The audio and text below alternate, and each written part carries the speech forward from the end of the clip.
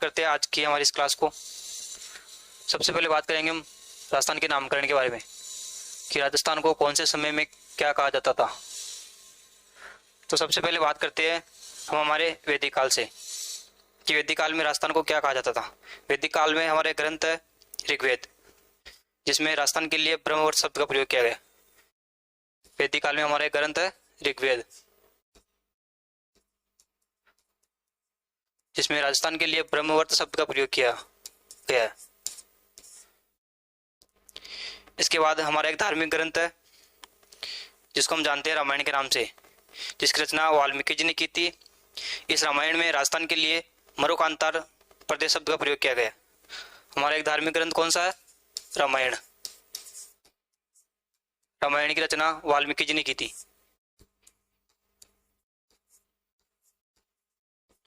और इस रामायण में राजस्थान के लिए मरुकांतार प्रदेश शब्द का प्रयोग किया गया।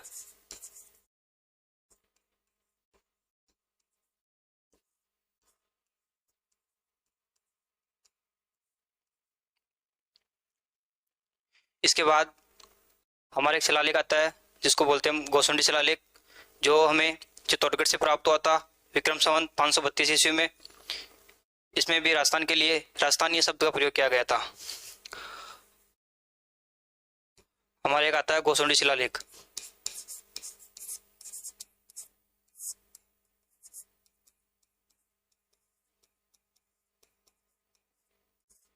जो हमें चित्तौड़गढ़ से प्राप्त हुआ था।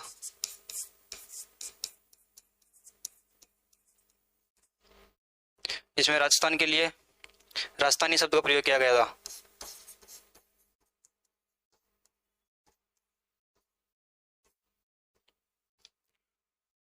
और ये गोसुंडी शिलालेख में विक्रम संवत 532 में प्राप्त हुआ था।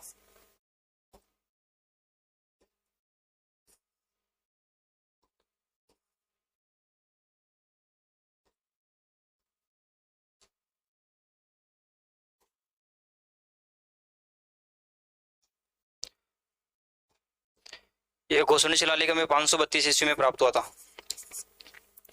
उसके बाद आता है हमारा बसंतगढ़ शिलालेख, जो हमें खिमल माता मंदिर अचलगढ़ सिरोही से प्राप्त हुआ था, जिसमें राजस्थान के लिए राजस्थानादित्य शब्द का प्रयोग किया गया था। और ये बसंतगढ़ शिलालेख में विक्रम संवत 482 ईस्वी में प्राप्त हुआ था। इसके बाद आता है हमारा बसंतगढ़ शिलालेख,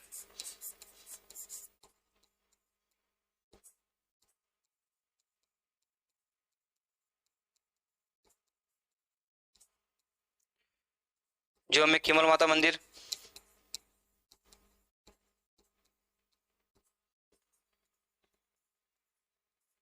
जो कि अचलगढ़ सिरोही में है।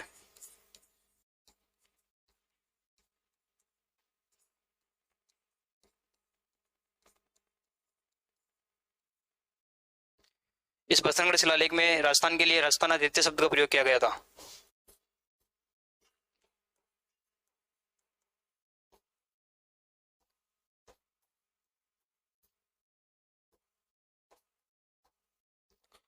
और यह बसंतगढ़ शिलालेख में विक्रम संवत 482 ईस्वी में प्राप्त हुआ था। इसके बाद आते हैं हमारे कवि मनोत नैणसी, जिनकी एक प्रसिद्ध रचना है मनोत नैणसी ख्यात, जिसमें राजस्थान के लिए राजस्थान शब्द का प्रयोग किया गया है, जिसकी रचना 1665 ईस्वी में की गई थी मनोत नैणसी के द्वारा।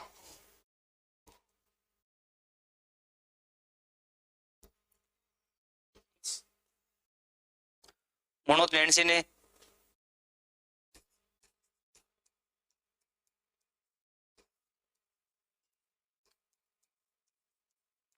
इनकी प्रसिद्ध रचना नैणसी ख्यात,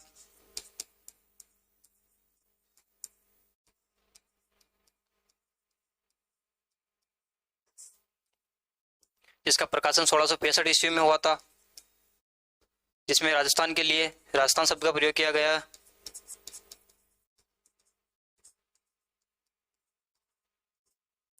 और इन्हीं मनोत नैणसी को हम राजस्थान का अबुल फजल भी कहते हैं।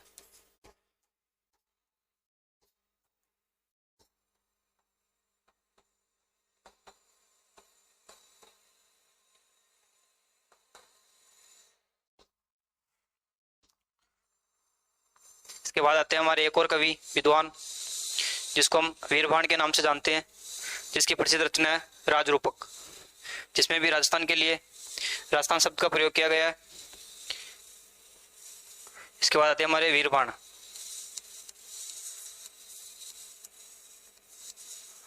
इसकी प्रसिद्ध रचना है राजरूपक।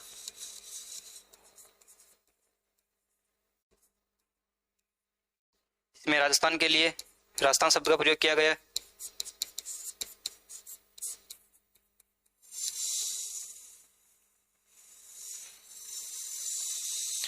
और इस वीरभाण का प्रकाशन 1731 ईस्वी में होता। इसका प्रकाशन 1731 ईस्वी में होता। इसके बाद आते हैं जॉर्ज थॉमस, जो कि आयरलैंड निवासी थे। उन्होंने 1800 ईस्वी में राजस्थान के लिए राजपूताना शब्द का प्रयोग किया गया था, जो कि मौखिक रूप से था।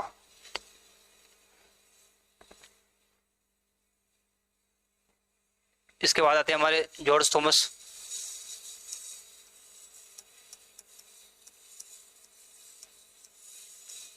जो आयरलैंड निवासी थे।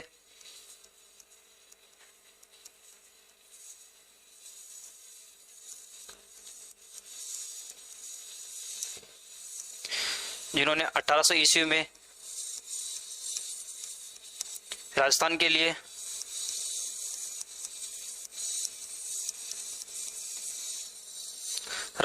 राजपूताना शब्द का प्रयोग किया था।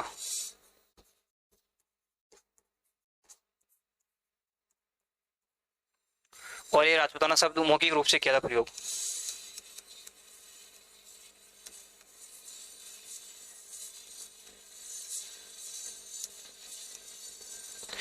जॉर्ज थॉमस की 1804 में मृत्यु हो जाती है।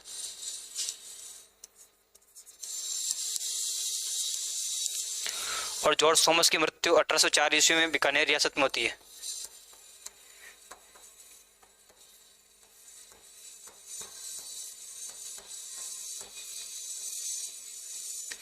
जॉर्ज थॉमस ने राजस्थान के लिए राजपूताना शब्द का प्रयोग मौखिक रूप से किया था। फिर इन्हीं के एक मित्र थे द विलियम फ्रैंकलिन, जिन्होंने 1805 ईस्वी में राजस्थान के लिए राजपूताना शब्द का प्रयोग किया गया था, जिनकी प्रसिद्ध रचना है the military memoirs mister George Thomas.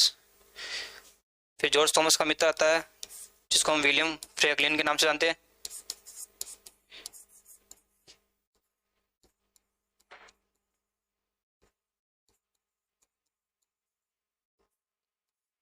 जिन्होंने 1805 ईस्वी में राजस्थान के लिए राजपूताना शब्द का प्रयोग किया था।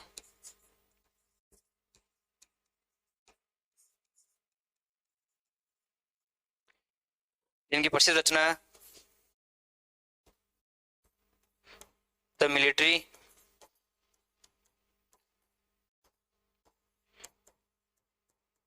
मेमोयर्स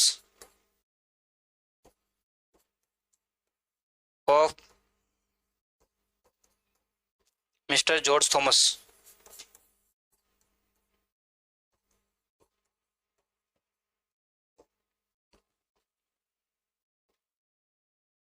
उसके बाद आते हैं कर्नल जेम्स टॉड,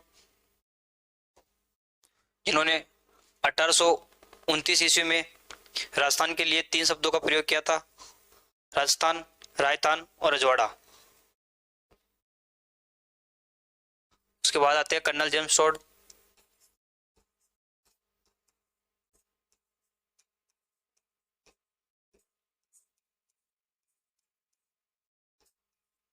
जो कि राजस्थान में इंग्लैंड से आए थे 1829 ईस्वी में।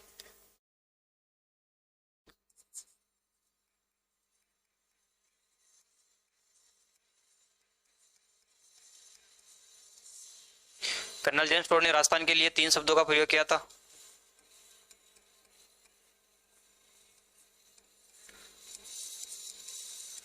राजस्थान, राजस्थान और रजवाड़ा। कर्नल जेम्स टॉड की एक प्रसिद्ध रचना है जिसको बोलते हैं हम annals and antiquities of Rajasthan, जिसी का दूसरा नाम है the central western Rajput state of India. Colonel James Tod की प्रसिद्ध रचना है annals and antiquities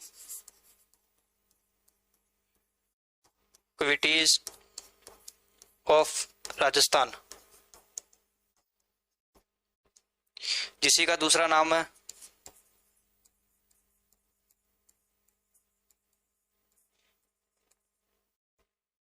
the central western Rajput state of India.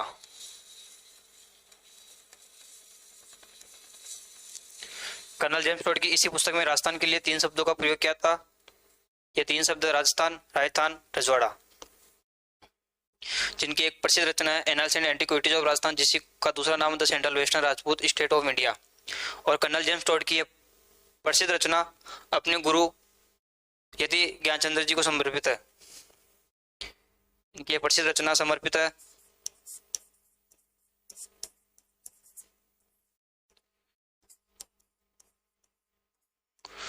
गुरु यति ज्ञानचंद्र।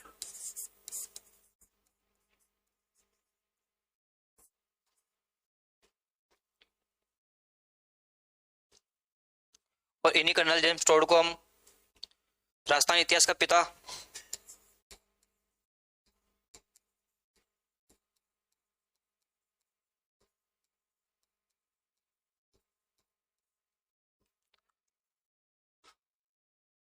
और कर्नल जेम्स टोड को घोड़े वाले बाबा भी कहते हैं।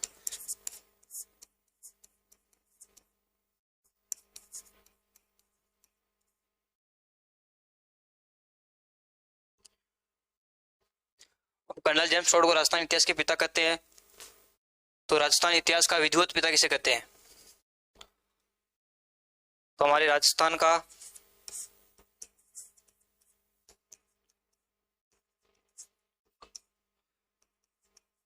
विधिवत पिता पंडित गौरीशंकर हीराचंद ओझा को कहते हैं। राजस्थान इतिहास का विधिवत पिता गौरीशंकर हीराचंद ओझा को कहते हैं।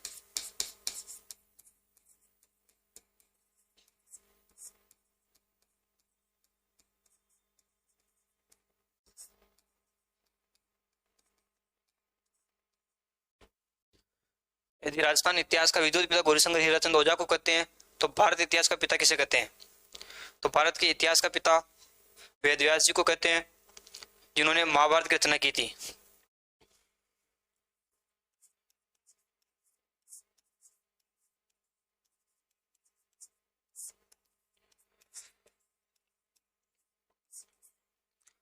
भारत इतिहास के पिता वेदव्यास जी को कहते हैं,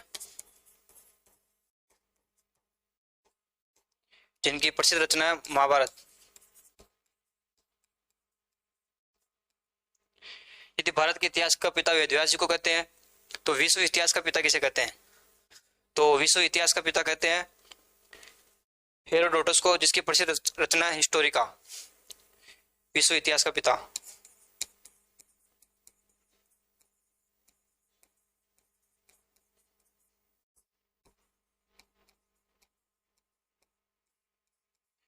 विश्व इतिहास का पिता हेरोडोटस को कहते हैं।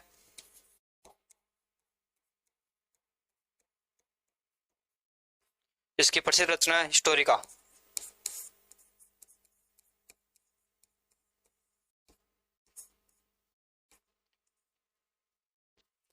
राजस्थान इतिहास का पिता कर्नल जेम्स टोड को कहते हैं। राजस्थान इतिहास के विधिवत पिता गौरीशंकर हीराचंद ओझा को कहते हैं। भारत के इतिहास का पिता वेदव्यास जी को कहते हैं, जिन्होंने महाभारत की रचना की थी। विश्व इतिहास के पिता हेरोडोटस को कहते हैं, जिसकी प्रसिद्ध रचना है हिस्टोरिका। तो इसी के साथ में बात करते हैं हम राजस्थान दिवस की।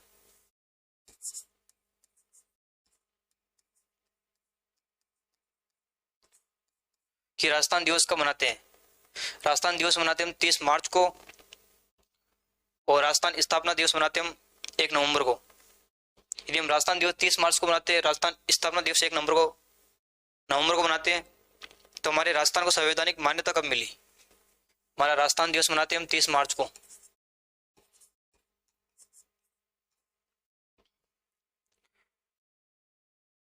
और राजस्थान स्थापना दिवस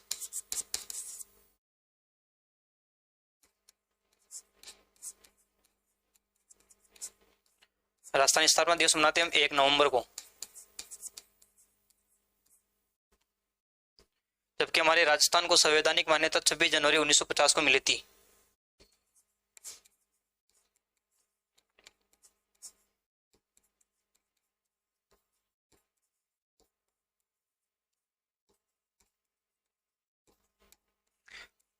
हमारे राजस्थान को संवैधानिक मान्यता 26 जनवरी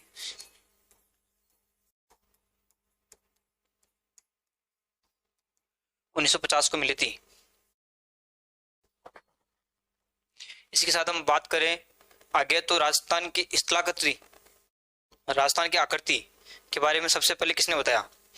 तो सबसे पहले राजस्थान की स्थलाकृति या आकृति के बारे में बात की थी टी.एच. हेंडले ने। इन्होंने राजस्थान की आकृति पतंगाकार या विषम कोणीय चतुर्भुज बताई है। राजस्थान की आकृति,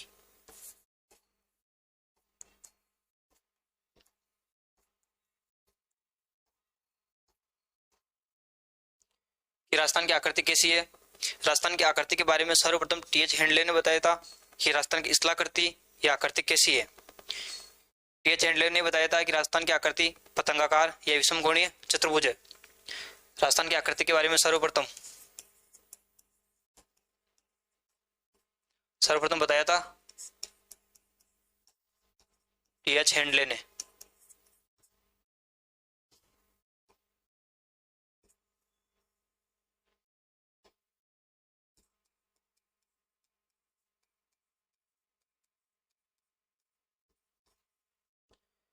कि राजस्थान की आकृति विषम कोणीय चतुर्भुज,